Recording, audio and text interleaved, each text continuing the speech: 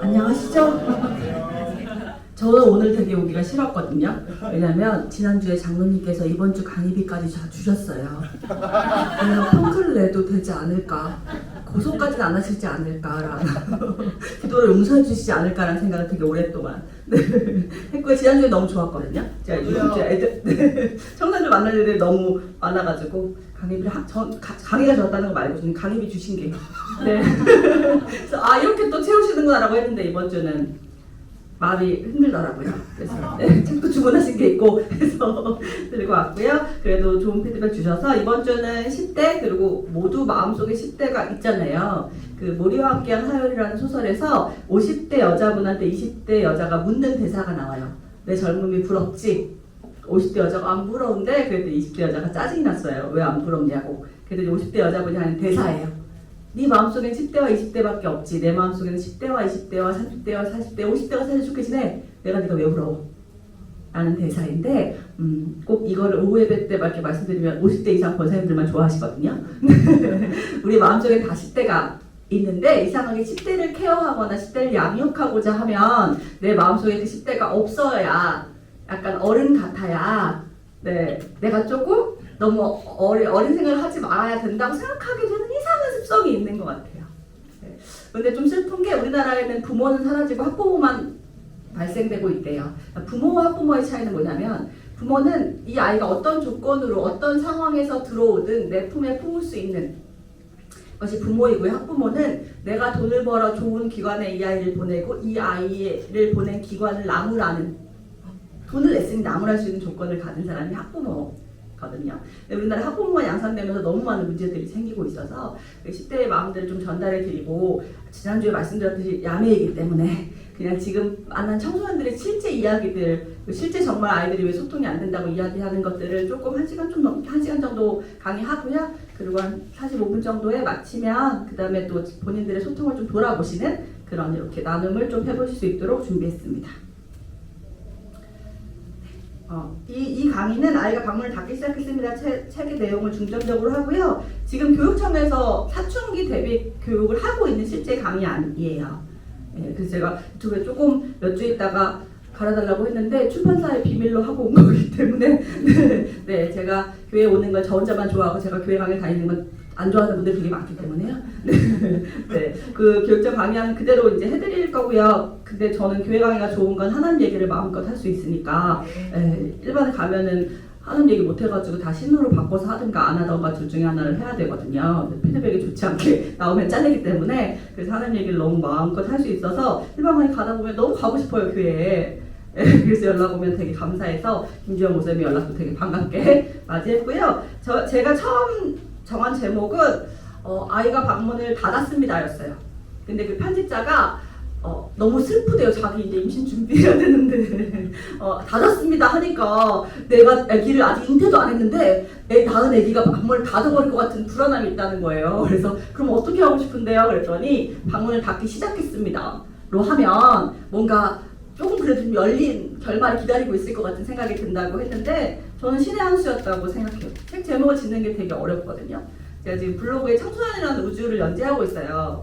청소년들에 대한 오해가 너무 팽배해서요. 이 아이들이 그런 아이들 아니거든요. 그러니까 사회와 환경이 그렇지 않으면 그런 아이들 아니라는 이야기를 좀 쓰고 있는데 지금 이제 출간을 앞두고 청소년이라는 우주의 제목이 너무 추상적으로 느껴지신다고. 근데 어른이라는 세계도 책도 있고 즐거운 어른이라는 책도 있거든요. 자꾸 청소년에게만 좀 청소년이 들어가면 약간 조금 모두가 관심을 갖지 않을 것 같은 그런 마음들이 드시나 봐요. 너무 어려운데 이 책에는 10대의 상담 사례들이 들어있어서 그걸 중심으로 제가 말씀을 해드리도록 하겠습니다. 이 사진을 처음 보여드리면 아기를 낳아보신 분들은 뱃속에 아기 사진이네요 라고 하시고요. 아기를 안 낳아보신 그리고 제가 만난 청소년들은 이렇게 얘기했어요. 토끼네요 라고 얘기했어요.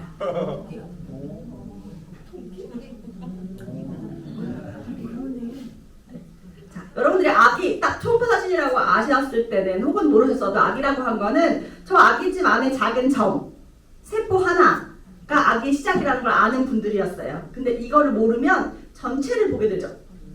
전체를 보지 않으면 토끼라고 느낄 수 없는데 저 안에 점을 보여드리려고 한 사진이 아니라고 생각하고 왜냐면 동그라미 원은 전체를 그렸잖아요. 전체를 그려도 우리가 아는 게 점이면 점을 보는 거예요. 근데 그렇지 않으면 전체를 보게 돼요. 자, 아이들이 우리보다 모를 수 있어요. 근데 얘네들은 전체를 볼 수 있거든요. 경험했기 때문에 경험만 볼 수 있어요. 경험에 의한 데이터들이 많으신데 경험하지 않은 자들이 볼 수 있는 넓은 시각들이 또 있거든요. 네, 그거를 좀 생각해 주시면 좋지 않을까라는 생각들을 많이 하게 돼요. 초음파 사진을 처음 할 때요. 여기 계신 분들은 그래도 김관준 선생님 빼놓고는 다 이종수 선생님 빼놓고 네, 아니 몇 분 빼놓고는 이종 목사님이 안 뺄까봐 되게 서운해하셨는데 몇 분 빼놓고는 다 아이가 있으신 분들이 대부분 오신 거잖아요. 자, 아이를 처음 임신했을 때 그 산부인과에 가면 초음파를 하면서 쟤를 바르고 초음파를 하면서 저기 보이시죠? 저 점이 아기예요 라고 말해요. 그러면 정말 100이면 100 모든 보호자들이 감사합니다 이러거든요. 근데 의사한테 우리가 감사할 건 없죠. 왜냐면 우리가 초음파에 사용된 젤값도 청구돼요. 돈을 내요. 돈을 제가 여기 오기 전에 기다릴 때 선생님께서 커피를 주셨거든요. 맛있는 아이스 아메리카노 주셨단 말이에요. 그런데 제가 감사합니다 했는데 선생님 만약에 2,500원이에요 그럼 안 감사했을 거 아니에요.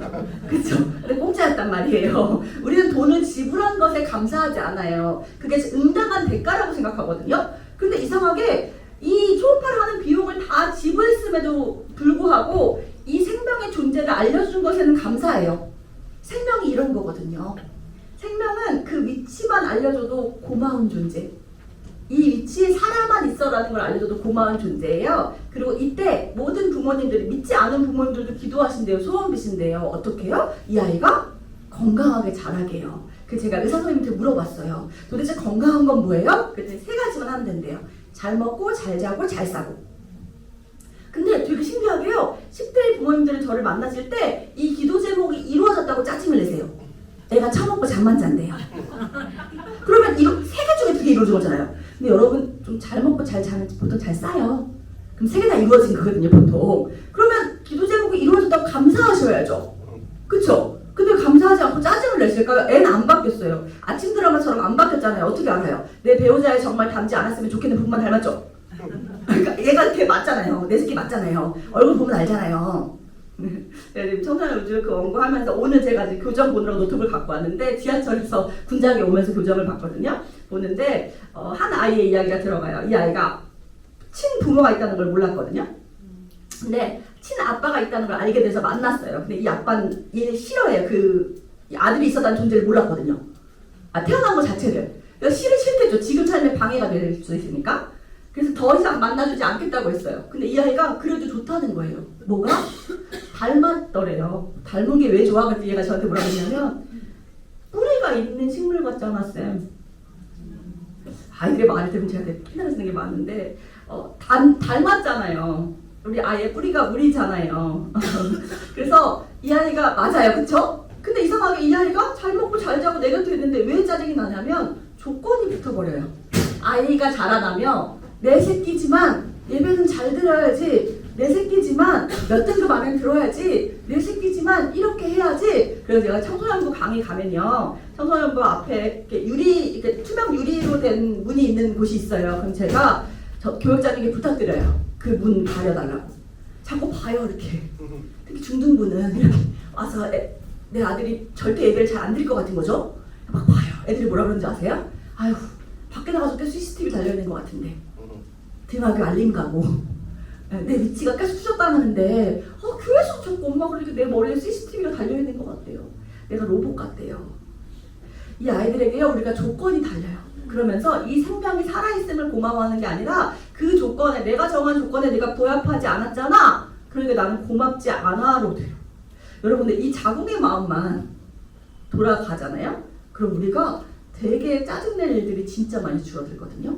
우리가 이 자궁의 마음을 잊고 뭘 보냐면 자꾸 육아 프로그램, 금쪽이, 자꾸 유튜브 이런 걸 봐요. 여러분 애들이 산반하면 저한테 물으세요. ADHD인가 봐요. 쌤 검사 받아야 될 것 같아요. 제가 보면 아는 경우가 진짜 많거든요. 왜 걱정이 되는 줄 아세요? 산반하니까. 자, 옛날에 여러분 초등학교 다녔을 때 산반한 남자애들 3명 기억나시죠? 걔네한테 선생님이 너네 ADHD 하지 않았어요. 지금 앉아 계신 분들 중에 많거든요. 걔네들한테 손 들고 서 있게 하셨어요. 그쵸? 그럼 걔네들은요 산만하지 않고 싶은 게 아니에요. 손 들고 서 있는 게 기억날 동안은 안 떠들어요. 3일 있다 까먹거든요. 그럼 또 떠들어요. 그럼 또 손 들고 서 있어야 돼요. 걔네 지금 잘 먹고 살고 있어요. 그쵸? 우리가요 너무 일부의 정보를 확대해서 알고 있어요. 근데 여러분 그거 아세요? ADHD의 특징은 초집중하는 것도 있어요. 누가 뭐라고 해도 옆에서 불이 나도 집중하는 아이가 ADHD 확률이 많거든요. 근데 집중하면 보호자들 걱정 안 해요. 왜요? 집중하는 건 자기들이 좋아하거든요. 여러분 좋은 것에 중독되는 게 더 위험해요. 목사님들이 하루도 설교를 안 하면 내가 불안하다고 생각해 보세요. 그럼 병인데 설교하는 걸 좋아하는 건 좋은 거라고 생각해요. 그렇죠? 좋은 중독이 훨씬 더 위험한 시대거든요. 근데 우리가 작게 알아요. 그래서 그걸 대입시키죠. 자 뉴스에 나와요. 게임 중독인 김모근이 나왔어요. 그게 우리 집 김민수는 아니거든요. 근데 그 뉴스를 보고 났더니 우리 민수가 게임을 하고 있는 거예요. 불안하시잖아요. 왜? 게임 중독 될까봐. 우리 민수는 억울하죠. 학원 갔다가 학교 갔다가 잠깐 쉬는 시간에 게임한 건데 억울하잖아요. 근데 얘한테 우리가 뭐라 그래요? 너 그러다 게임 중독돼. 저 먹고 있는데 여러분들 와서 작가님 그럼 커피 중독돼요. 똑같은 거잖아요. 그쵸? 우리가 불안한 것이 이만큼인데 그게 대입시켜버려요. 왜요? 그렇게 확정 짓고 나면 오히려 편하대요. 그 ADHD라는 엄마가 검사했더니 애가 ADHD가 아니었거든요. 그래서 저한테 뭐라고 그러는지 아세요? 차라리 ADHD라고 판단 났으면 좋겠대요. 불안하대요. 계속 이 아이가 무엇이 있을까봐 걱정하는 게. 여러분 불안의 시대라 작은 일부의 진짜 뉴스를 모두에게 대입시키고 살아요. 아니에요. 그렇지 않아요. 저도 3주 동안 관찰하고 문제적인 장면만 모아서 반영하면 금쪽이에요. 여러분도 마찬가지고요. 그렇게 편집되면 누구도 괜찮은 인생 없어요. 근데 걱정되죠. 너무 걱정되지 않으세요? 그 금쪽이가 그때 금쪽이라고 낙인 찍혀서 사는 거예요. 저는 그 아이들 삶이 너무 걱정돼요. 자, 소통이 나오면 공감이 제일 먼저 나와요. 뭐 어떤 소통도 아마 선생님 교수님도 얘기하시지 않을까. 근데 전 야매여서요. 실제 아이들한테 이야기 들은 야매도 정리가 되거든요. 왜냐면 애들이 공감 받았을 때 저는 찾아오지 않아요. 쌤 저는 공감 아무도 안 해주는 것 같아 이럴 때 찾아올 거 아니에요. 막 기쁠 때 찾아오지 않아요. 얼마 전에 쌤 제가 죄송해요. 자꾸 기쁠 땐 연락 안 하고 힘들 때만 연락해서요. 그래서 제가 그 애한테 그랬어요. 야 너 기쁠 때도 연락하면 나 너무 바빠서 안 되니까 그냥 힘들 때만 연락하라고. 그러니까 부정적인 감정의 사례는 되게 많거든요. 어느 순간 이 친구들이 공감을 받지 못했다는 걸 두 가지로 가장 많이 말하는구나가 들어왔어요. 하나는 뭐였냐면 저는요 집에서 공감해 주진 않고요. 저의 보호자들은 확인 사살만 해요 라고 말을 많이 해요. 확인 사살이 뭐예요? 적군인데 총으로 쐈어요. 확실히 죽지 않았어. 그럼 한 번 더 쏘는 총이에요. 왜요? 확실히 죽이려고. 이 무서운 말을 왜 할까요? 예를 들어봐 드릴게요. 고2 민수가 성적표를 받았어요. 선생님이 상담하면서 너 이 성적 가지고 서울 안에 있는 대학 못 가 그랬대요. 민수가 알고 있었어요. 애들이 모르겠어요. 이 성적 받으면 못 간다는 거 알고 있었을 거 아니에요. 현장에 있는 사람이 훨씬 정확해요. 제가 여러분한테 왜 아이들의 얘기를 해줄 수 있냐면 전 현장에 있으니까 그래요. 이론은 몰라도. 이 친구들이 입시 현장에 있잖아요. 훨씬 더 많이 알고 있어요. 내가 서울 안에 있는 대학 못 가는 거 알아. 선생님이 말씀하셔서 총을 맞았죠. 사실인데 왜 총이에요? 팩트가 폭력이에요. 여러분 이제 막 날씨 쌀쌀해져가지고 작년에 입었던 원피스를 꺼냈는데 너무 딱 맞는 거예요. 제 얘기 아니고 제 친구 얘기예요. 근데 아침에 교회를 가는데 친구가 이러는 거죠. 너 몸이 좀 좋아졌다? 교회만 아니었으면 한 대 치고 싶었거든요. 야! 그러고 싶었는데? 장난이라도 치면 안 되잖아요. 교회 가는데. 기분이 별로 안 좋은 거예요. 왜요? 몸이 진짜 좋아졌으니까요. 여러분 제가 운동을 많이 해서 살이 빠졌으면 야, 나 살 빠졌거든 하면 되잖아요. 근데 사실이잖아요. 야, 너 아이크림 좀 발라. 눈가 좀 처진 것 같아. 그럼 우리가 말 못하는 이유는 눈가가 진짜 처졌기 때문이에요. 근데 그 소리를 듣고 싶진 않죠. 왜요? 내가 알고 있으니까. 여러분 보통 내가 알죠. 흰머리 난 거 내가 알죠. 그렇지 않아요? 이 아이들 성적 필기 나쁘다는 걸 지가 알아요. 그쵸? 그래서 선생님이 말했어요. 그럼 총을 맞았어요. 가슴이 아파요. 그쵸? 서울 안에 있는 대학을 안 가고 싶은 입시생은 한 명도 없을 거 아니에요. 집에 왔어요. 애들이 엄마가 그러더래요. 성적표 나왔지. 자, 우리나라 얼마나 위대한 나라냐면요. 성적을 받은 학생보다 성적표 나오는 날을 보호자가 먼저 하는 나라예요. 너무 대단한 것 같지 않아요? 어떻게 현장에 있는 사람보다 빠른 정보라는 게 존재해요. 성적표 나왔지? 그래서 아이가 보여줬대요. 그냥 엄마가 그러더래요. 너 이 성적 가지고는 서울에 있는 대학도 못 가겠다. 이걸 확인 사살이라고 해요. 이미 아는데? 이미 밖에서 내가 그런 위치라는 거, 그런 순서라는 거 알았는데 집에서 보호자가 한 번 더 쏘는 총을 확인 사살이라고 해요. 그러면 어떻게 해요? 모를까 봐. 안다니까요. 알아요. 가끔 엇갈릴 때 있죠. 너희 엄마 말 안 들어?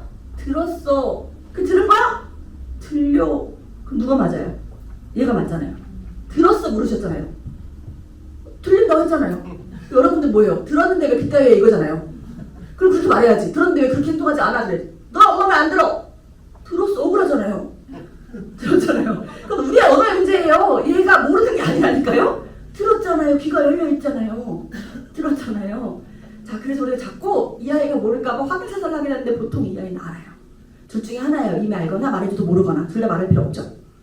둘 다 말할 필요 없잖아요. 또 하나. 왜 공감받지 못해? 그러면 공감은 뭐냐면 내가 감정이 생성됐어요. 그렇죠? 너무 기뻐하셔야죠. 아이가 짜증내면 기뻐하셔야죠. 이 아이 소시오패스가 아니라는 얘기잖아요. 감정을 표현하지 못하거나 감정을 느끼지 못하는 병이 아니라는 얘기예요. 그러니까 기뻐하셔야 돼요. 이 감정이 생성되면 이것 좀 같이 봐줘 엄마. 이것 좀 같이 봐줘 아빠. 나 이 감정이 생성됐어 라고 얘기하는 거잖아요. 근데 감정이 생성됐다고 말하면 엄마 아빠가 그걸 받아주지 않고 그걸 그냥 굴려보낸대요. 자, 이제 들어봐 드릴게요. 우리 중2 민지가 집에 간 거예요. 집에 막 씩씩거리면서 갔어요. 학교에서 조금 사이가 친구랑 조금 짜증을 냈거든요. 집에 오늘 엄마 아빠도 원래 없으니까 둘 다 지정하고 없으니까 그냥 막 씩씩거리면서 왔어요. 문을 열자마자 아빠가 있는 거예요. 아빠가 퇴근할 시간이 아닌데 너무 반갑잖아요. 말할 사람이 있잖아요. 짜증이 났는데 그래서 아빠를 붙잡고 아빠 웬일로 일찍 왔어? 왜 끝나갔다 오늘 바로 퇴근해도 된다 그랬는데 아빠 잘됐다. 오늘 내 말 들어주라고 하나님은 아빠 일찍 보내셨나 보다. 나 오늘 되게 짜증났거든. 완전 짜증났거든. 진짜 짜증났거든? 왜?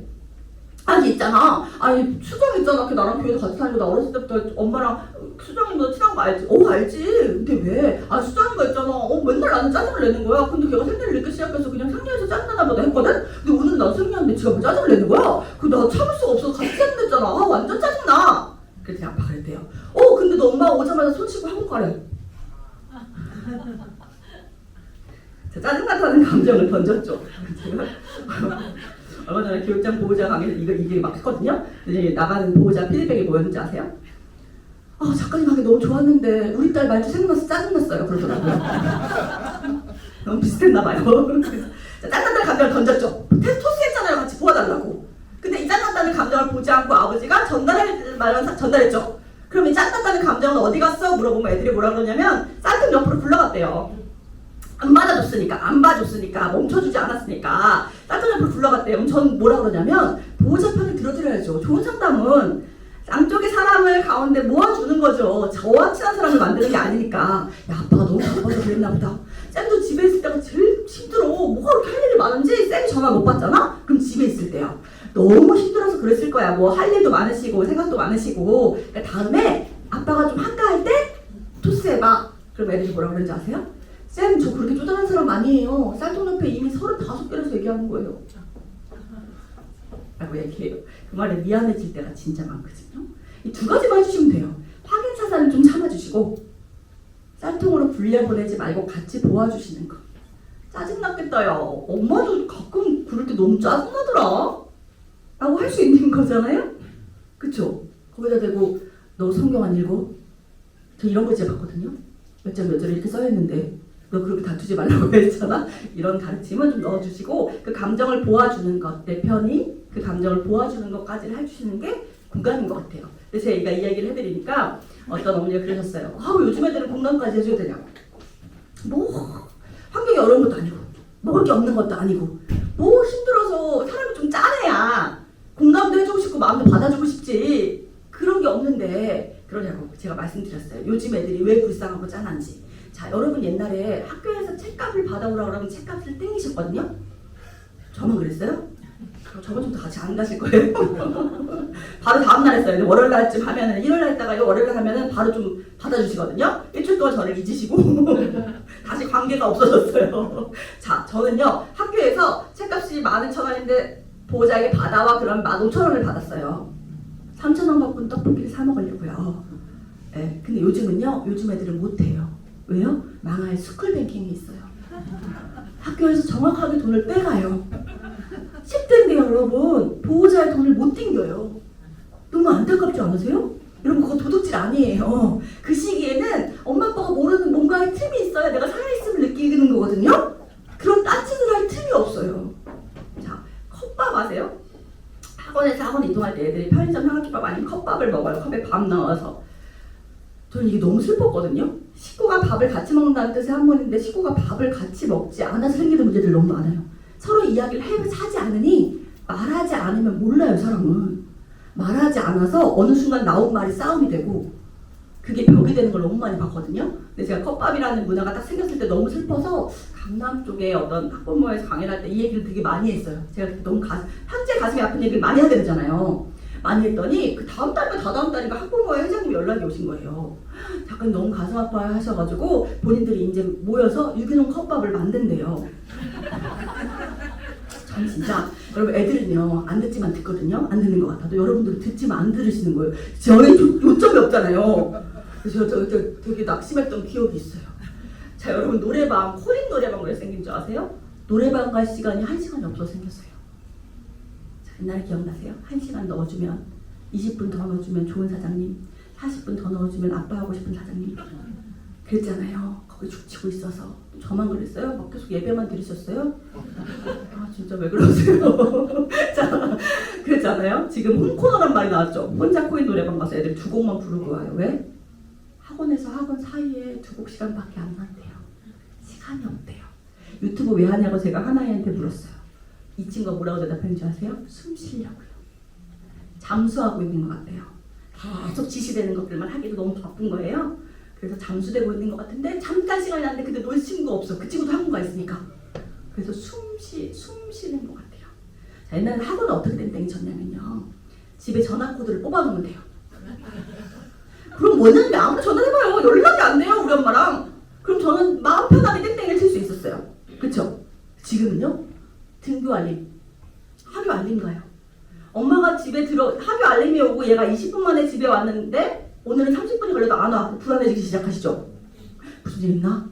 왜요? 얘가 무슨 일 벌인 거 아니고요. 무슨 일에 대해서 많이 들으셔서요. 그쵸? 불안해지니까 연락하면서 어디야? 왜 연락이 안 돼? 이 10분의 아이를 입장에 생각하면 숨 쉴 틈이 없는 거예요. 우리는 걱정이지만 이 아이는 10분을 조금 땡땡이 치거나 조금 여유있게 놀 시간이 없는 거예요. 여러분 지금 너무 많이 발달돼 있잖아요. 그런데 버스가 전 정류장에서 온다는 걸 알지만 우리는 버스 사고가 났다는 걸 알잖아요. 그 전 정류장에 오는 버스에 대해서 확신하지 못해요. 이 아이를 못 믿는 게 아닌 거 알아요. 근데 믿을 수 없는 세상이기 때문에 이 아이에게 뭐라고 하게 되면 이 아이는 자기를 못 믿는 것, 집안에 한 사람이 나를 믿어주지 못하는 것으로 오게 되거든요. 그 지점에 대한 고민이 우리가 진짜 필요하고요. 지금 아이들은 아이들대로 너무 짠하거든요. 조금 짠한 마음 가져주시고 너는 또 얼마나 힘들겠니? 너는 또 얼마나 힘들겠니? 라는 생각으로 그 나이 때는 또 그 나이가 힘들잖아요. 오늘 전철 타고 오는데 진짜 많이 정말 동안이라고 해도 한 25살 정도의 친구와 10대 후반이나 20대 초반 친구 둘이 이런 대화를 하더라고요. 요즘에 나도 아픈데 내 또래들도 좀 아픈데 그랬더니 너 때 많이 아플 때야. 언니 때 많이 아플 때야. 운동해야 돼. 뭐 이런 얘기 하더라고요. 그때는 또 그때는 우리에게 귀엽지만 그런 고민들이 있다는 거. 그 아이들에게 또 그것이 우주라는 거 그렇게 생각해 주시고 받아주시고 확인사나를 좀 참아주시는 연습들을 해주셨으면 좋겠어요. 진짜 해야 되면 우선 그걸 받아주시고 그 다음에 해주시는 연습을 좀 해주셨으면 좋겠다는 생각이 들어요. 그 다음은 배려입니다. 되게 신기하게요. 내 자식은 안다고 생각해요. 그쵸? 그런 말 많이 들으셨죠? 가족은 내 뇌에서 나의 일부라고 느껴서 내 자식이 말을 안 들으면 내 팔이 내 마음대로 움직이지 않아라고 느낀대요. 그래서 화를 냈죠. 너 왜 내 마음대로 되지 않아? 근데 아시죠? 내 마음대로 되는 사람은 없다는 거. 그래서 묻지 않아요. 안다고 생각해요. 자, 부부는요. 언제부터 싸움이 시작되냐면 원래를 얘기하면서부터 싸움이 시작돼요. 자, 처음 사랑할 때 보고 있어도 보고 싶었을 시기가 있었잖아요. 있었어요. 기억 안 나시는 거지? 있었어요. 기억 안 난다고 사실이 아닌 건 아니잖아요. 그때 우리가 정보를 막 입력해요. 제가요 가끔 이제 남편은 휴가가 되고 저도 조금 멀리 가게 되면은 같이 갈 때가 있잖아요. 근데 저희 남편은 꼭 어디 같이 가면 이렇게 물어요. 계획 짰어? 저 그 말이 진짜 싫거든요.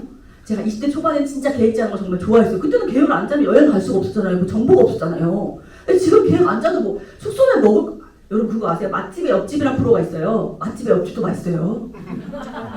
다 맛있어요. 웬만하면. 백요리사도 맛있어요. 흑요리사도 맛있잖아요. 다 맛있단 말이에요. 그래서 계획을 안 짜고 너무 이제 제가 진짜 F인데 막 애들과 만나는 계획을 어쩔 수 없이 짜는 시간이 너무 힘들어서 놀러 갈 때만큼은 진짜 너무 자유인으로 가고 싶거든요. 저희 남편은 20대 초반에 연애할 때 제가 계획을 짜던 게 좋았나 봐요. 지가 안 짜도 되잖아요. 좋았겠죠. 그러니까 그걸 자꾸 계획 짰어라고 물어요. 넌 짜증이 나요. 왜요? 그때의 정보를 입력하는 거예요. 자, 여러분 사랑하면 그 사랑이 정말 증폭됐을 때 제일 떨리고 제일 설렐 때 정보를 많이 입력해요. 그래서 우린 이렇게 얘기하죠. 너 원래 이거 좋아했잖아. 너 원래 이거 안 좋아하잖아. 원래는 없어요. 자식에게도 배우자에게도 지금이 있는 거예요. 휴대폰도 업데이트 시키잖아요. 근데 우리는 가족에게는 자꾸 원래는 이거 지금을 입력하지 않을까요? 물어보셔야 돼요. 그리고 지금 얘기하면 원래 안 그런 게 아니고 지금 그렇구나라고 입력하셔야 돼요. 제가 극동방송에서 드라마를 썼었거든요. 천국을 사는 사람들 극본 오선왕도 이렇게 나오는 거였는데 가끔 요즘에도 방송 피면 울거먹으시더라고요. 그래서 나와요. 근데 거기서 뭘 했냐면 사연을 받아서요. 제가 이제 드라마 대본을 짜는 거예요. 근데 어떤 할머니가 사연을 보내셨냐면 65세 이상, 65세가 넘어서 탈북하신 할머니. 불가능해요. 왜냐면 우리나라 65세 생각하시면 안 돼요. 영양 상태가 한 20년 정도 차이 난단 말이에요. 그러니까 영양 상태 자체가 탈북을 할 만한 에너지가 없어요. 그래서 사람들이 다 안 된다고 했는데 이분이 그걸 탈북하시고 이미 그걸 사연을 보내신 거예요. 그러니까 이게 너무 드라마를 만들어드리고 싶은 소리잖아요. 근데 할머니가 막 북한말도 섞여있고 한글도 틀리고 내용도 막 뭉텅뭉텅해요. 그래서 제가 그럴 때는 추가 인터뷰를 해야 되거든요. 그럼 이 할머니 65세가 넘어서 탈북해서 지금 거의 80세가 되고 저는 젊잖아요. 그럼 제가 인터뷰를 가는데 배려를 하려면 제가 찾아가는 게 맞잖아요. 그래서 제가 연락을 드렸어요.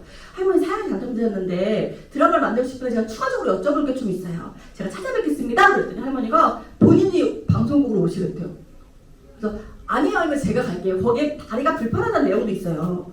제가 갈게요 하면 다리도 불편하시잖아요. 아니에요 잠깐 본인이 가신대요. 한 3번 듣는데 할머니들 너무 웃겨라는 생각이 드는 거예요. 그래서 어떻게 너무 우기시는데 제가 이길 수 없으니까 그럼 모시고 제가 나중에 나갈게요. 그리고 모시고 왔어요. 방송 그 얘기를 듣는데 다는 기억이 안 나요. 2가지가 기억나는데 하나 강의였는데 뒤를 보지 말고 무조건 뛰세요. 탈북을 돕는 브로커가 뛰세요 그랬대요. 그래서 뭐 시키는 대로 뒤를 보지 말고 뛰었는데 건너고 나서 보니까 악어가 있는 강이었던 거예요. 그러니까 악어가 있다고 말해주면 못 건너잖아요. 그리고 마지막이 뭐냐면 철조망인데 전기가 통하는 철조망인 거예요. 그러니까 북한 당국에서 못 넘어가게 하려고 못 넘어가고 그 전기가 통하게 해놓은 거예요. 그러니까 이걸 넘어가야 되는데 젊은 사람들은 전기가 와도 넘긴 넘었대요. 근데 할머니는 한 번 잡고 2번 잡고 쓰러졌대요. 근데 이 사람을 데리고 갈 수 없죠. 자기들도 살아야 되잖아요. 그것만 넘으면 국경이 넘는 거래요. 이 철조망 넘으면 잡을 수 없는 거예요. 북한 사람들이. 그러니까 넘어간 거예요. 그리고 깨어났는데 몇 시간이 지났는지 며칠이 지났는지 알 수 없지만 어스름한 새벽이었대요. 근데 이걸 잡으려고 하니까 무섭잖아요. 여러분 왜 첫째 날 때는 막연히 무섭고 둘째 날 때는 아픈 거 알아서 무서운 거 있잖아요. 제가 만난 후배가 어저께 탈장이 됐었는데 장수술을 한번 한 적이 있어서 얼마나 아플 줄 아니까 두렵다고 그 두려움이 있잖아요. 그러니까 이걸 아팠던 기억이 있으니까 못 잡겠는 거예요. 그 뒤를 보니까 저 멀리서 후레쉬 불빛이 막 쫓아오는 게 보이는 거예요. 그러니까 잡으러 오는 거죠. 근데 여러분 공개 촬영을 하도 봐가지고 잡혀가면 어떻게 되는지 알거든요. 뒤로 갈 수도 없죠? 앞으로 갈 수도 없죠? 그래서 거기서 기도하세요. 하나님 제가 혹시 오늘 죽을 운명이면 이거 자꾸 직사하게 해주시면 안 돼요? 나도 내 몸이 늙었지만 당신에게 소중한 딸이라고 배웠는데 내가 소중한 딸이면 저들에게 잡혀서 공개 촬영되는 거 막아주셔야 되는 거 아니냐고. 나 이거 자꾸 직사하게 해주세요. 그리고 기도하고 나서 그냥 각오로 잡았는데 전기가 안 왔대요. 이유는 모르겠어요. 몇 시간만 전기가 끊겼을 수도 있고 정말 은혜였을 수도 있고 몇 시간만 전기가 끊긴 것도 은혜죠. 제가 너무 확대하는 걸 별로 안 좋아해서 넘었는데 그게 전기만 통하는 게 아니고 가시가 있는 철조망이었대요. 그래서 허벅지 안쪽이 다 긁힌 거예요. 근데 진료가 늦어서 이제 다리가 불편한 상황인 거예요. 들으면서 막 울면서 들었어요. 그리고 이제 보내드리려고 하는데 이게 이제 모시고 나가서 택시비 같은 거는 진행비로 안 나오거든요. 그래가지고 이제 택시비 제가 내서 택시 태워 보내드려야겠다. 울면서 막 선물도 막 챙겨드리고 홍삼 같은 거 막 들어온 것들 막 챙겨드리면서 모시고 나가는데 문득 이런 생각이 드는 거예요. 저는 몇 번씩이나 가겠다고 했는데 할머니가 오시겠다고 한 걸 다른 선배 작가님들이나 피디님들이 모르시잖아요. 상황을. 근데 이분들이 생각하기에 제가 되게 버릇없게 느껴질 것 같은 거예요. 다리도 불편한 할머니를 방송국까지 오시라고 했잖아요. 근데 그럼 저는 오해받을 거잖아요. 좀 억울하더라고요. 그래서 제가 잔머리 써서 제 잔머리가 좋거든요. 모시고 나가면서 이렇게 얘기했어요. 좀 큰 목소리로. 아이고 할머님 제가 꼭 가겠다고 했는데 왜 굳이 오셨어요? 라고 한 분이 알면 그 한 분이 알면 모두가 알게 되는 분 있잖아요. 그분 뒤에서 얘기했단 말이에요. 근데 갑자기 할머니 제 손을 꼭 잡더니 이렇게 말씀하시는 거예요. 작가님 덕분에 제가 평생의 소원을 이뤘습니다. 이러시는 거예요. 무슨 말씀이세요? 그랬더니 그 복도에 서서 저한테 들려주신 얘기예요. 본인이 북한의 지하교회에서 예배를 드리는데 목사님이 처형을 당하신 거예요. 그리고 나니까 목사를 오겠다는 사람이 없는 거예요. 그치? 무서울 거 아니에요. 그러니까 목자가 없는 상태에서, 목사님이 없는 상태에서 예배를 평신도들끼리 드리는데 누군가 라디오를 구하면 남한에서 설교를 들을 수 있대. 소리가 나온대. 그래서 브로콜 통해서 돈을 모아서 엄청 비싼 돈을 주고 라디오를 구한 거예요. 주파수가 통하게 해놨거든요. 극동방송에서. 그래서 그 라디오를 구해서 그 주파수를 틀어서 극동방송에 나온 설교를 들으면서 예배를 드린 거죠. 근데 너무 궁금하더래요. 이 조그만 상자에서 어떻게 나만의 소리가 넘어오나.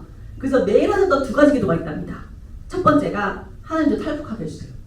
죽을 때라도 자유의 땅에 가게 해주세요. 사람들이 다 안 된대요. 늙어서. 그런데 능치 못하면 없어지다면서요. 그럼 저에게 그 능치 못한 능력을 보여주세요. 그리고 혹시 첫 번째 소원이 이루어진다면 이 방송국에 목사님들의 소리가 나오게 방송국 구경 좀 시켜주세요. 저 이거 너무 궁금해요. 어떻게 소리가 여기까지 오는지 좀 알고 싶어요. 두 가지 기도하셨는데 첫 번째 소원이 이루어졌죠. 그래서 막 사연도 보내고 뭐 초대 전화 막 전화 연결도 해보고 했는데 계속 안 된 거예요. 그러다가 제가 연락을 한 거예요. 그 소원을 이룰 수 있게 됐는데 저 때문에 못 들을 뻔했죠. 제가 굳이 간다고 했잖아요. 그럼 여러분 저는요 왜 굳이 간다고 했을까요? 저는 그게 할머니의 몸을 배려하는 거라고 생각했어요. 근데 할머니의 말씀을 듣고 생각해보니 사람의 마음을 배려하는 것이 배려지 몸을 배려하는 건 배려가 아니더라고요. 근데 여러분 저는요 할머니가 우기실 때 이렇게 또 생각했어요. 할머니들은 원래 우겨. 왜 그렇게 생각했을까요? 우기는 할머니를 한 분 정도 봤던 것 같아요. 누군가 제 강의를 듣고 이렇게 말씀하셨어요. 작가 강의 같지 않아요? 누군가 작가 강의인데 본인이 생각하기에 좀 지루한 강의를 한 번 들으셨던 거예요. 그쵸? 너 요즘 청소년 같지 않다. 요즘 청소년에 대한 어떤 생각을 가지고 있으니까 그렇게 말씀하시는 거예요. 여러분 우리에게 편견이 있어요. 생각보다 많이. 아이가 방문을 닫고 들어가면 사춘기인가 봐 너 그래요. 왠지 아세요? 사춘기는 엄마가 정해요. 자기가 싫어하는 모습이 나타나면 사춘기라 그래요. 이 엄마는 A 엄마는 싸우면 떠들어내는 사람이야. 그래야 풀려. 그런데 남편도 문 닫고 들어가는 스타일이야. 보통 반대가 만나잖아요. 그래서 환장이 있는데 아들도 그래. 그 얘가 문 닫고 들어가. 그럼 연락이 오는 거야. 얘 사춘기인가 봐요. 근데 어떤 보호자는 나는 생각을 좀 해야 돼. 싸우고 나서. 내 기질이 생각을 해야 정리가 돼. 말이 안 나와. 근데 이 딸내미가 사춘기가 오더니 막 다다다 하는 거예요. 그럼 미치는 거예요. 자, 내가 원하지 않은 모습이 나타날 때 두려워하는 거예요. 둘 다 기질이 맞으면 싸우면 되는데 내가 두려워하던 부분이 나오니까 그럼 사춘기라고 그래요. 갱년기 누가 정하는지 아세요? 친구가 정해요. 나 좀 열이 나는 것 같아. 너 갱년기인가 봐. 그럼 우리는 딱 규정 짓는 걸 되게 좋아하거든요. 근데 여러분 내 아이한테도 편견이 있는 거예요. 왠지 아세요? 누군가 가족은 가시돋친 채로 안고 있다고 했대요. 제가 생각하기엔 안고 있는 걸 까먹는 것 같아요. 서로의 가시만 보느라고. 우리가 가까이 보잖아요, 여러분. 이렇게 보잖아요. 가족은 떨어져 보면 괜찮거든요. 교회에서 아들 잘 컸더라. 에이 집에서 난리야. 왜 그러세요? 내 아들 잘 컸다고 하는 거잖아요. 그럼 교회에서는 적어도 그치 우리 아들 잘 컸지 하기로 약속하면 안 돼요? 이상한 겸손이 있어요. 그 거룩도 아니고 겸손도 아니에요. 내 아들 잘 컸다는데 왜 그게 부끄러워요? 왜? 내 눈은 아니거든요. 오늘 교회 나오는데도 집에 엉망으로 해놓고 왔거든요. 근데 여러분 우리가 집에 있는 모습을 생각해보세요. 우리도 애들이 그렇게 자랑할 만한 모습은 아니지 않아요? 저만 그래요? 다 집에서 그렇게 입고 계신 거예요? 여러분 누구나 그 모습을 알면 그래요. 근데 애들은 안 그러거든요. 우리 엄마 오늘 화장하는데 예쁘네? 근데 우리만 왜 집에서는 그냥 이렇게 되는 거예요. 우리가 안다고 생각하는데 아이가 밖에서 우리 생각보다 잘한다는 거 많이 느끼실걸요? 우리가 규정 지어놔서 그래요. 물어봐 주세요. 제가 언젠가 청소년들이 이런 말 많이 해요. 쌤 제가요 월급 타면요 첫 월급 타면요 제가요 맛있는 거 사주러 올게요. 그리고 안 와요. 다 오면 바빠서 살겠어요? 여러분들은 한 녀석이 왔어요. 월급을 타긴 타는데 너무 적었어요. 인턴 월급이. 그래서 밥은 다음에 사주고 자기들이 이제 커피를 사주겠다는 거예요, 자기가. 그럼 제가 생각해보니까 초등학교를 타서 뭘 사줄 만큼이 안 돼요. 학자금 대출 받았지. 월세 내야 되지. 저는 한동안 초등학교 타고 왜 안 오지라고 생각했었는데 초등학교를 탔는데 선생님은 사줄 정도의 여유가 없는 것 같아요. 요즘 친구들이. 근데 왔어요. 너무 고맙잖아요. 스타벅스를 데리고 갔어요. 쌤, 저 얼죽하거든요. 얼어 죽어도 아이스 아메리카노를 먹는데 의사 선생님께서 너는 청소년이 아니다. 너의 시즌 대사는 따뜻한 걸 좀 먹어라. 그래서 의식적으로 따뜻한 걸 먹긴 하는데 얼죽하란 말이에요. 그래서 그랬더니 이 친구가 보기에 아메리카노가 제일 싼 거예요. 자기는 처음 사주는 건데 쌤 좋은 거 해주고 싶을 거 아니에요. 근데 아메리카노 너무 싸니까 쌤 오늘 좀 특별한 음료를 좀 마시래요. 근데 저는 애들하고 마라탕 치킨 많이 먹어서 커피까지 칼로리 쌓으면 안 돼요. 지금 반바퀴 돌고 자야 돼요. 칼로리가 이미 하루에 넘는단 말이에요. 아니 쌤 그냥 사주는데 쌤 그냥 좀 좋은 거 먹어요 그러는 거예요. 어떻게 해요? 그럼 너가 사주고 싶은 거 사와 그랬더니요. 그때 시즌 음료였는데 막 생크림 3층까지 막 딸기 설탕 코팅 막 입혀있고 막 뭔지 아시죠? 진짜 칼로리 이거 감당 안 될 것 같은 거 있잖아요. 그걸 사온 거예요. 지는 난리 났어요. 지는 막 스토리에 자기가 쌤 사줬다고 올리고 단톡방에 쌤 사줬다고 올리고 아메리카노는 찍어도 안 예쁘잖아요. 예쁘게 찍어서 올리고 난리 났어요. 전 3개월 반이 지났는데 소화가 안 됐어요 아직. 그 휘핑크림 어딘가 남아있는 것 같아요. 위에 어딘가. 이 친구는 뭐예요? 좋은 걸 주고 싶은 거예요. 여러분도 아이한테 좋은 걸 주고 싶어서 이렇게 해. 근데 이 아이가 그 마음을 받지 않으면 속상할 때가 있으신 거예요. 근데 여러분 저는요 사실 너 그럴 거면 돈으로 줄래 하고 싶었거든요. 전 다음에 아를 한 잔 더 사먹는 게 저에게 좋았단 말이에요. 내 눈에 더 좋은 것 같을 때도 이 아이는 아닐 수 있잖아요. 그렇게 대답하거든. 이 아이의 마음에 그것이구나 라고 우리가 인정해주는 것이 더 좋은 것이 아닐까? 라고 생각을 해보셨으면 좋겠어요. 언제 제 친한 목사님이 노숙인 사역 갔는데 본인 딴에는 좋은 거 사간다고 화이트 믹스 사갔대요. 믹스 중에서 좀 좋은 걸 사갔대요. 딱 주니까 그분들이 저희는 카누마 먹습니다. 그랬다고. 네 말대로 물어봤었어야 된다고. 그런 얘기를 하시더라고요. 그 다음에 사랑입니다. 사랑은 사실 많이 사랑하실 텐데 굳이 가정 있는 분들이 거의 오셨을 텐데 내가 한부모라도 어쨌든 아이를 케어하고 계시니까 오셨을 텐데 굳이 해야 되나 싶었는데 제가 꼭 해야 된다고 늘 느끼는 게 아이들은 저한테 이렇게 얘기하거든요. 지금 엄마가 나 안 사랑하는 것 같아요. 지금 아빠가 나 안 사랑하는 것 같아요. 우리는 첫째가 18개월에서 둘째를 낳으면 첫째가 18살이길 원해요. 무슨 말씀인지 아시죠? 지는 좀 스스로 해주길 원해요. 근데 여러분 그거 아시죠? 첫째는 둘째 케어하라고 낳은 애가 아니에요. 셋째를 케어하라고 둘째 낳지 않았어요. 여러분들이 계획하셨건 계획하지 않았던 여러분들이 낳으신 거잖아요. 얘는 태어난 거잖아요. 근데 우리 마음속에 그런 마음들이 있어요. 그리고 아이들이 크면 클수록 사랑을 표현받지 못해요라는 말을 많이 들어요. 저는 가끔 막 크리스마스 이브 이렇게 보면은 애들 막 이렇게 학예 같은 이렇게 앞에서 공연 같은 거 많이 하잖아요. 그러면 막 유치부 엄마 아빠 삼촌 할아버지 다 나와갖고 그냥 막 경계선을 정할 정도로 활짝 난리가 나요. 근데 왜 중등부 보호자들은 안 나오십니까? 여러분 4살짜리 아이가 머리에 리본 달고 춤추는 게 더 힘들겠습니까? 키 180짜리 남자애가 머리에 리본 달고 춤추는 게 더 힘들겠습니까? 더 힘든 걸 칭찬해 주셔야죠. 왜 안 나오십니까? 저는 여러분들 마음속에 아이로 이 아이들이 존재해야 훨씬 밖에서는 그렇지 않은 척해도 이 아이들이 그 품을 느끼면서 자라야 된다고 생각하거든요. 근데 그런 것들이 우리는 큰애는 큰애, 넌 이미 청소년 이런 것들이 있는 것 같아요. 그것들의 마음을 조금 달리 여전히 내가 사랑하고 내 새끼로 품어줘야 할 아이와 스스로 해야 될 아이를 같이 가져가셨으면 좋겠어요. 그래서 제가 사랑받지 않는다 그러면 어른들한테는 아까 초음파 사진 갖고 오라고 있고요. 애들한테는 니네 아빠가 너 안 사랑하는 것 때문에 너 애기 때 아빠랑 있었던 사진 갖고 와 그래요. 그러면 스마트폰도 없었는데 진짜 하나에 웃는 사진이잖아요. 그럼 너 이 아빠가 너 지금 안 사랑한다는 거 맞아? 그래요. 맞대요. 이 표정 안 보여? 너 애기 안 나와서 그래. 이렇게 나오면 똥만 건강하게 싸도 똥을 시기에만 똥을 싸도 예쁜 게 악이야. 기억나지 않아요? 제가 뭐라 그러냐면 기억나지 않았다고 사실이라고 말하지 마. 쌤은 핸드폰이 맨날 없어지는 것 같은데 있잖아. 어디 나는지 맨날 기억이 안 나는데 있어. 그리고 애들이 많이 있거든요. 저는 그걸 굳이 기억하게 하지 않아도 지금 이 아이가 느낄 수 있었으면 좋겠어요. 제가 꼭 그걸 해야 된다고 생각했던 계기가 있어요. 소년재판을 참관을 가끔 가는데요. 소년재판에 가면 보호자 한 명과 아이 한 명이 와요. 아이들의 잘못은 스스로 만들어낸 문제가 없기 때문에 보호자까지도 같이 재판을 받거든요. 미성년자이기도 하고. 그럼 보통 보호자가 어떻게 오냐면 되게 겸손한 모습으로 오죠. 아니 재판정이잖아요. 아유 창당하는 사람도 쫄아요. 근데 그냥 보호자들은 어쨌든 잘못한 아이의 보호자로 가니까 되게 겸손한 모습으로 와요. 근데 한 엄마가요. 저렇게 와도 되나 싶은 모습으로 온 거예요.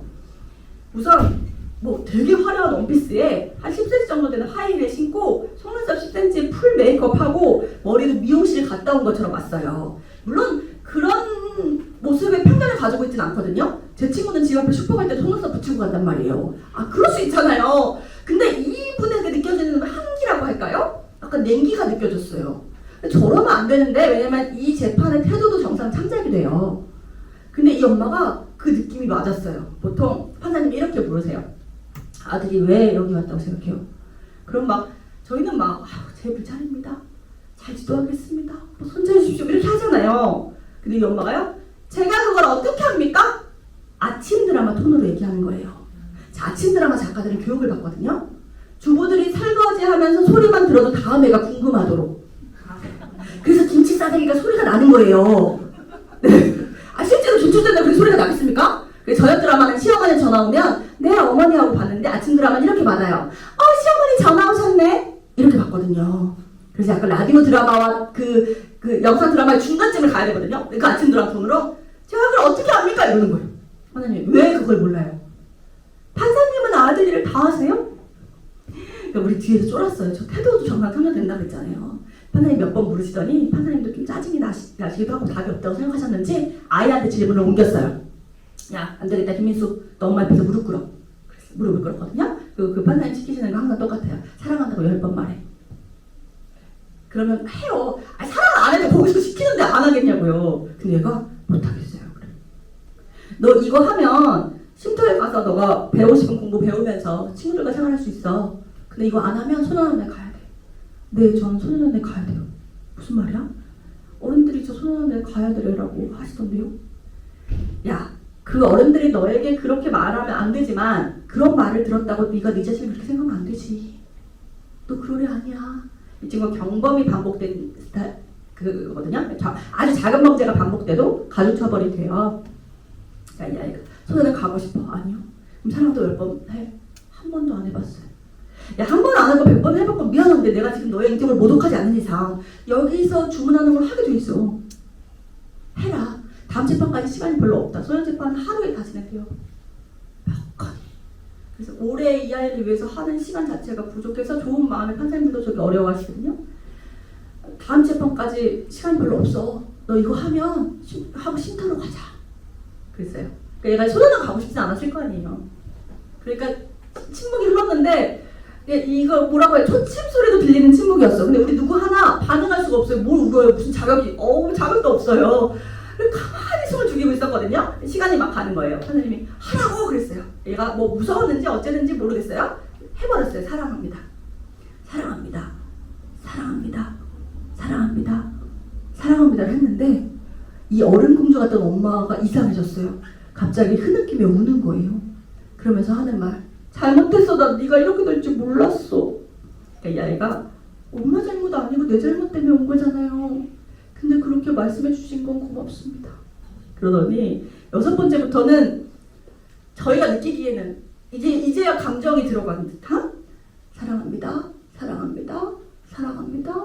사랑합니다. 사랑합니다 하고요. 아무도 시키지 않았는데 둘이 부둥켜 꽁꽁 우는 거예요. 너무 울다가 쫓겨났죠. 다음 재판 해야 되니까. 제가 저녁이면 좀 울려드리겠는데 낮이잖아요. 비 오는데 울면 이상해요. 그 장면을 봤어요. 그러니까 엄마는 부모교육 25시간임을 받고요. 아이는 쉼터에 가서 보호관찰을 받으면서 다시 이제 사회로 나올 수 있는 연습들을 하고 있어요. 제가 이 장면을 보고 외아됐을까가 너무 신기했어요.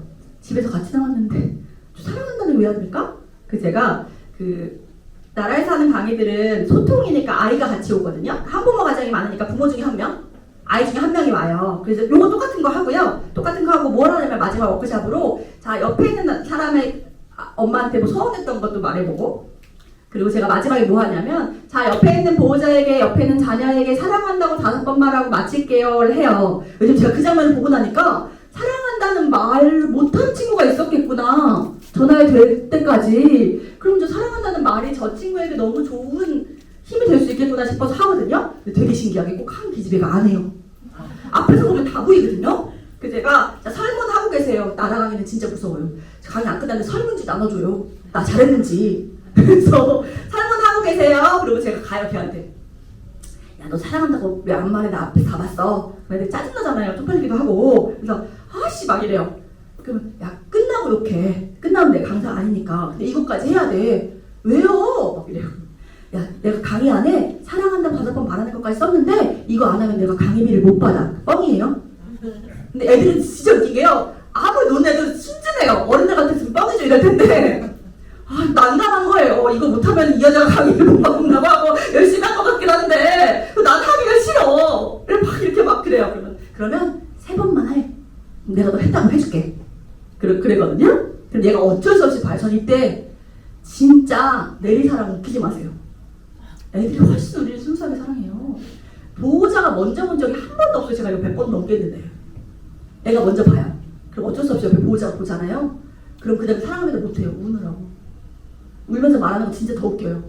삐졌던 거 얘기하는 거야. 삐졌던 거. 너 고데기 안 끝나고 앞으로 뭐라고 하지 않을게.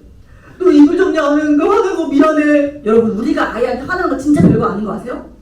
이 아이들로 우리 가정이 파괴되지도 않고 지구가 문제가 되지도 않는데 그냥 진짜 안 해도 되는 거 내가 너에게 이렇게 시킨 거 하나님이 시킨 것도 아닌 거 그냥 내 기율 막 울면서 얘기해요. 드라이에 안 꺼놓고 가도 돼 막 이러면서 그럼 나중에 이제 막 차사내리고 마무리하고 올 때가 많아요. 여러분 사랑의 시간이요 별로 없어요. 내가 비행기가 추락할 때 딱 5분 정도 시간이 난대요. 문자 통신이 되는 그때 보냈던 문자를 연도별로 다 정리하신 교수님의 기사를 봤거든요. 근데 나 너가 진짜 미웠어가 한 문자도 없더래요. 그 많은 사람들 중에 나 너한테 서운했어가 하나도 없더래요. 다 나 그때 너한테 이렇게 서운하게 해서 미안해. 야 나 진짜 너 사랑해. 야 그때 이렇게 해준 거 너무 고마워. 사랑해 고마워 미안해로 다 정리가 되더라는 이야기 보면서 우리의 비행기도 추락하고 있다는 걸 우리가 인지하기만 해도 우리도 어쨌든 지고 있는 거잖아요. 그걸 인지하기만 해도 더 살아갈 수 있을까라는 생각을 많이 하게 되는데 여러분 사랑을 많이 해주셨다고 표현을 많이 해주셔도 아이가 문제 행동을 안 일으키는 건 아니에요. 사춘기에 문제 행동이 일어날 수 있어요. 근데 제가 뭘 보냐면요. 그 사랑이 에어 쿠션이 되는 걸 봐요. 사랑은 진짜 실패하지 않는다는 걸. 애들이 떨어지려고 하면 우리가 밑에 에어패드를 깔아주거든요. 그 에어패드처럼 마음의 절벽이 떨어질 때 그동안 보호자들이 나에게 쌓아준 사랑이 진짜 이 아이들을 받쳐주는구나를 진짜 많이 보거든요. 그거를 많이 만들어주셨으면 좋겠습니다. 자, 2가지 부탁드리고 마무리할 겁니다. 서로 많이 안아주시라는 부탁이에요. 제가 아까 전도사님이 보여준 책을 왜 했었냐면요. 청소년들을 만나다 보니까 그런 거 되게 후회돼요. 진즉 조금만 안아주셨으면 진즉 조금만 더 사랑해 주셨으면 이 아이가 이렇게 안 됐을 텐데라는 제가 한 것도 아닌데 후회가 그때로 돌아가서 좀 안아주세요, 좀 사랑해주세요를 너무 많이 말하고 싶은 거예요. 그래서 초등학교 때 우리나라는 초등학교 필독서가 나오면 딱 그 필독서만 사시고 모든 그 책의 판매가 딱 안 돼요. 그래서 모든 작가들의 소원이 초등학교 필독서로 들어가는 건데 원래 13살까지 잠자리 책을 읽어줘야 되거든요. 자, 글자를 읽을 때 우리가 뇌에 책으로 바로 들어올 수 여러분들이 글자를 읽으면서 인지되는 그게 13세 이후에 되는 일이에요. 그 13세 이전까지는 잠자리책이 너무 필요한데 우리나라는 초등학교 가면 딱 끊겨요. 왜요? 글자 아니까. 너가 읽어. 그래서 13세까지 잠자리책을 좀 읽어주시라고 짧은 이야기들을 모은 건데요. 이 책에 그런 이야기가 나와요. 아이가 집에 막 너무 신나게 오는 거예요. 성적표를 받는 날이었어요. 그러니까 엄마가 너 성적 잘 나왔구나. 얘가 아니? 그러는 거예요. 그래 너 왜 이렇게 신나게 나한테 환영해달라고 와? 에이 엄마는 그래야지. 왜? 난 엄마 된장찌개가 진짜 맛없어도 엄마를 환영해주는데 아이들이 진짜 우리를 많이 봐주고 있다는 걸 깨닫게 하고 포옹이라는 건 진짜 좋은 거래요. 우선 기분이 좋아지는 효과가 있고요. 고통을 완화시킨대요. 우리 막 코로나 걸리고 그럴 때 안을 수 없었잖아요. 근데 사실은 같이 있는 것이 항원의 개수도 높아지고 면역을 증가한대요. 안정감을 증가하기도 한대요. 외로운 감정을 쫓아내고 관계를 개선하는 효과도 있다고 하고요. 자존감까지 높여준다고 하고요. 유대감까지 강화하는. 많이 안 겪던 친구들은 그거 아세요? 엄마와 관계가 좋은 아이는 엄마한테 화가 나도 엄마한테 안겨서 울어요. 네, 그런 많은 기능들이 있으니까 많이 살 부딪혀 주시고 나를 아는 것만도 그런 효과가 있대요. 근데 우리는 있잖아요, 안 했어요. 내가 언젠가 너무 우는 녀석을 강의가 끝나고 너무 우는 녀석을 막 안고 있었어요. 그 일반 학교였는데 선생님이 너무 꼭 안아주지 말래요. 요즘 동성관도 그렇게 꼭 안으면 제재를 할 수밖에 없다라는 이야기를 하시는데 너무 슬픈 거예요. 나 이제 안아주지도 못해? 근데 여러분들은 안아줄 수 있잖아요. 여러분 가족끼리 안고 있다고 누가 뭐라고 할 사람 없잖아요. 이렇게 커도 이렇게 안아주시고 오는 아이 환영해주시고 그런 장면들을 많이 연출해 주셨으면 좋겠습니다. 자, 마지막 부탁입니다. 살아있음을 고마워해 주시라는 부탁인데요. 많이 잊으시죠? 그러니까 다 살아있으니까. 저는 죽는 아이들 너무 많이 봐가지고요. 저는 살아있는 게 기적으로 느껴지거든요. 그래서 전 저희 딸들이 들어와도 살아와서 고마워라고 인사해요. 제가 오하루라는 이름으로 소설을 쓰는데요. 제가 저를 너무너무 아꼈던 선배가 하늘나라에 가면서 저한테 지어준 필명이에요. 그래서 지읒 키읔 리을 살자클럽이라는 책을 2권 소설을 썼는데 지읒 키읔 리을은 재생크림 아니고요. 점심카레도 아니에요. 과학고에 갔더니 젖산 칼륨이냐 그래서 너무 무서웠는데요. 자살클럽이에요. 우리나라에 죽고 싶은 아이들에게 진짜 죽을 수 있는 농약이나 그런 것들을 구해주는 나쁜 어른들이 있었어요. 돈을 받고. 그들이 잡혀가면서 그들이 자살클럽이라는 이름으로 활동했었다라는 걸 우리가 알게 되고 저희가 너무너무 화가 나서 살려줄게 그럼 오지 않으니까 죽음을 도와줄게 라고 해서 살려주는 살자클럽이라는 뜻인데요. 아이들끼리 살리는 내용이에요. 근데 저는 살아만 준다면 살아있는 것도 재능이지 않을까라고 너무 높아요. 자살률이. 하루에 35명. 그중에 우리나라가 하루에 35명. 그리고 그중 10대의 비율이 점점 높아지고 있고요. 아이들이 우리가 전가한 그런 아픔들, 사회가 만들어 놓은 아픔들을 자기의 것인 줄 알고 그것들을 이겨낼 수 없다고 생각하고 죽어요. 저는 우리가 무엇이 중요한 데가 정말 절실해지는 때인 것 같아요. 애들이 모의고사가 끝나고 9월 모의고사가 고3들은 수능과 되게 비슷한 거니까 모의고사 끝나거나 뭐 기말고사 끝나면 연락이 많이 와요. 성적 나빠서 집에 못 들어가요. 성적 나빠서 집에 못 들어가는 게 어딨어? 그럼 엄마가 들어오지 말래요. 제가 보호자에게 연락이 들어요. 성적 나쁘다고 집에 못 들어가는 게 어딨어요? 여기는 뭐 저녁 못 해줬다고 못 들어가나요? 우리 돈벌 보다가 못 들어가지도 않잖아요. 그럼 저한테 당당하게 말씀하세요. 작가님 몰라서 그래. 내가 그 학원 보내려고 얼마나 알바 많이 했는 줄 알아? 그 학원 보내려고 엄청 주셨어. 그 학원 보내도 성적 안 오르는 애밖에 없어. 면접 풀려서 어떻게 살아? 잘못돼도 크게 잘못됐어요. 가장 슬픈 상담이 뭐예요? 그럼 전 죽고 싶다가 아니에요. 여러분 그거 있잖아요. 100kg 정도 찌면 5kg 정도 빼기 쉽대요. 근데 애매하면 빼기 힘들잖아요. 전 2kg도 힘들더라고요. 이상하게 애매하게 평준화되어 있는 이상한 말도 안 되는 조건과 슬픔들이 막 끼어 있어서 그걸로 뭐라고 하시면 안 되잖아요. 다 그래요. 작가님 너무 이상적인 거예요. 라는 이야기들이 돌아올 때 너무 슬퍼요. 언제가 어떤 꽁트가 있어요. 그냥 방송국에서 하는 꽁트였어요. 꽁트에 전봇대에 개그맨들이 이렇게 붙이는 장면이 나와요. 뭘 붙이냐면 청소년들의 고민을 물어도 해결해 드립니다. 고이민수가 집에 가다가 이걸 본 거예요. 집에 못 갔거든요. 왜냐면 엄마가 5등급 아래로 떨어지면 들어올 생각하지 마. 그랬는데 7등급을 맞은 거예요.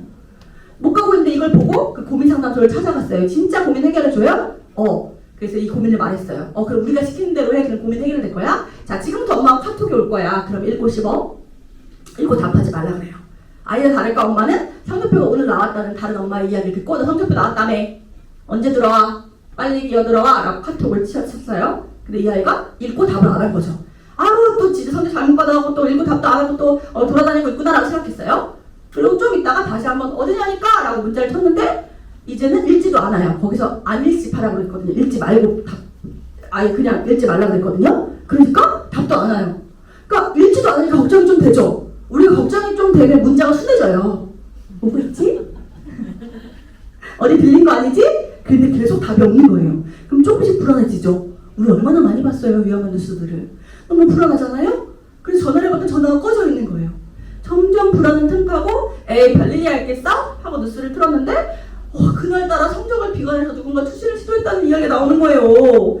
저 우리 애가 그럴 리는 없는데 점점 불안해지기 시작했어요. 9시가 되고 남편한테 연락을 해봐야 되나? 10시가 됐어요. 어떡하지? 안절부절 못하고 있는데 벨소리가 들리는 거예요. 띵동! 누구세요? 열었더니 소방관 아저씨예요. 무슨 일이세요? 여기 김민수네 집이죠? 예. 놀라지 말고 들으세요, 어머니. 네. 민수가요? 네. 떨어졌습니다. 어디서요? 5등급에서요. 근데 이걸 못 들으면 너무 긴장하니까 잠깐만요. 몇 단지 뭐라고요? 몇 단지라고요? 뭐 어디서요? 그런 거예요. 야, 소방관이 5등급에서요. 7등급으로 떨어진다. 그 정신이 들어서 어머니가 무슨 말씀하시는 거예요 지금? 걔가 어떤 애인지 알아? 계속 여기 안 생겨가지고 지금 8년 만에 가지는데 우리 집에 개 하나인데 지금 무슨 장난을 치시는 거냐고요? 애 없죠? 애가 그런 장치면 안 돼. 우리 어디 있어요? 그래서 난리잖아. 그래서 그때 복도 끝에서 대기하고 있던 미수가 그 얘기를 막 듣더니 엄마! 그 작은 소리가 귀에 들리는 거예요. 막 신발도 안 신고 뛰어나가서 어디 있었어? 너 왜 여기 있어? 왜 안 들어오고 있어? 나 집에 못 들어가잖아. 왜? 엄마가 들어오지 말라며. 왜 그런 말을 들어? 엄마가 엄마 말 안 들으면 죽여버린다며. 잘못했어. 야, 엄마가 미쳤나봐 요즘에. 자꾸 유튜브 보면서 자꾸 원서 쓰는 법 막 이런 거 계속 보고 막 요즘 저녁들 막 이런 거 계속 보니까 계속 그 생각만 나고. 근데 너 기다리다가 엄마가 생각난 게 있어. 너 인큐베이터 있을 때 엄마 그때 교회 다닐 때도 아닌데 신이 있다면 우리 아이만 살려주면 내가 진짜 교회 열심히 다니고 신을 뵙겠다고 그래서 엄마 지금 교회 다니는 건데 엄마가 그걸 잊어버렸어. 엄마가 미쳤었나봐. 배 안 고파? 졸라 배고파. 그래서 집에 가서 막 개걸스럽게 먹는 걸수록 끝나는 되게 웃겼거든요. 저는 처음부터 끝까지 계속 울었어요. 그래서 저희 남편이 딴 거 보고 있냐고 해서 말하기 귀찮아서 딴 거 보고 있다 그랬거든요. 너무 세태를 너무 잘 반영한 게 저에게 너무 마음에 와닿아서 너무너무 많이 울었어요. 그런 적 있으세요? 저는 딸내미 데리고 막 시장 가다가 갑자기 애가 없어진 거예요. 다시 막 찾아갔는데 딱 5분 만에 지나쳐 왔던 야채 가게 아줌마가 그 안으로 들어온 아이를 안고 나오는 거예요. 본 적이 있어요. 그때 그 살아있음이 얼마나 기뻤는지. 한 번은 소아과에서 이렇게 다 돈을 내고 차관료를 받고 애가 없는 거예요.